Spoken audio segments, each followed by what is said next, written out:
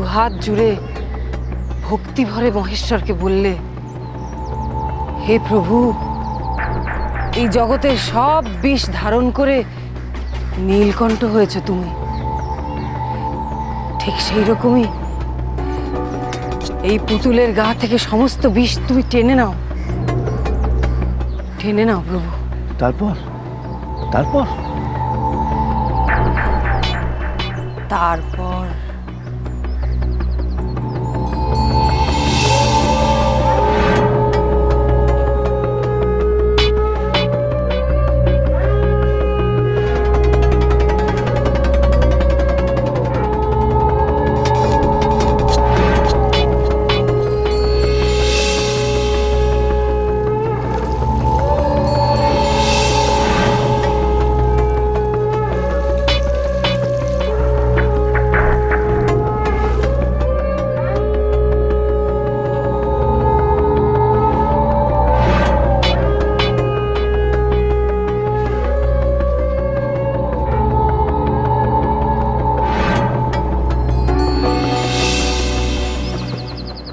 সত্যি বলছো?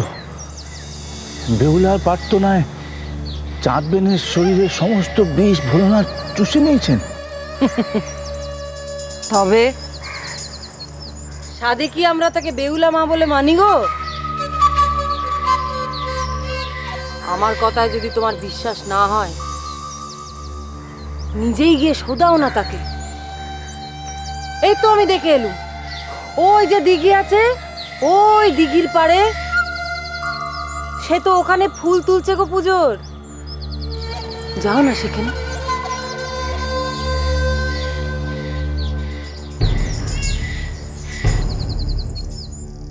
যাব, আমি যাব। লোকের মুখের কথা শুনে ফিরে যাব না। বেহুলাকে নিজে পরীক্ষা করে দেখব আমি।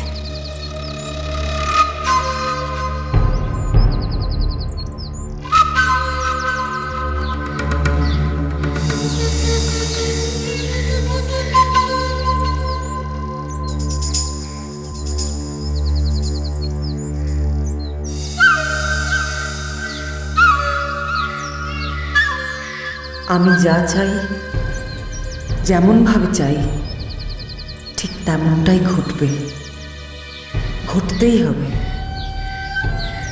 দাম্ভিক চন্দ্রধর, তুমি জানতেও পারছো না মনসার পাতা ফাঁদে তুমি কিভাবে একটু একটু করে জড়িয়ে পড়ছো, কিভাবে মনসার জয়ের পথ তুমি নিজের হাতে তৈরি করে দিচ্ছ।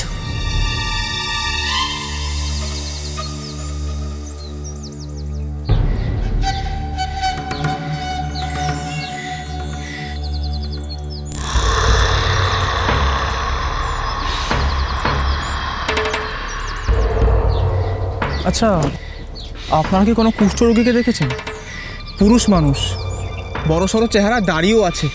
হ্যাঁ দেখেছি বই কি, এই তো একটু আগেই এই পথ দিয়েই গেছে। ঠিক হ্যাঁ, আছে, ঠিক আছে।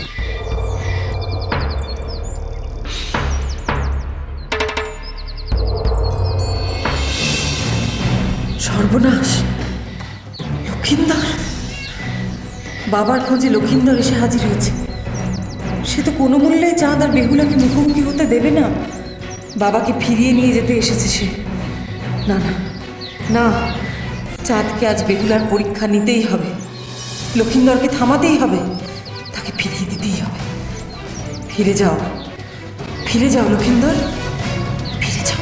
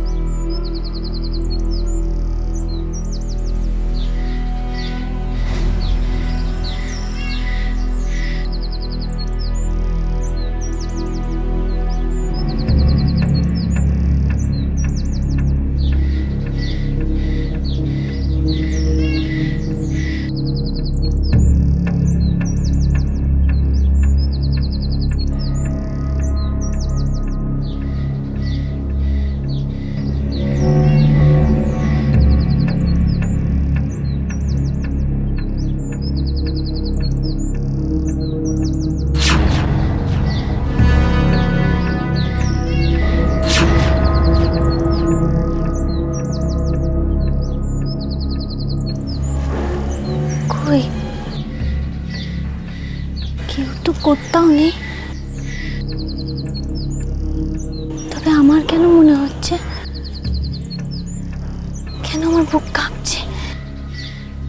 আমার মনে হচ্ছে লক্ষিন্দর এখানেই আছে, কাছাকাছি কোথাও আছে সে। তবে কি আমার মনের ভুল?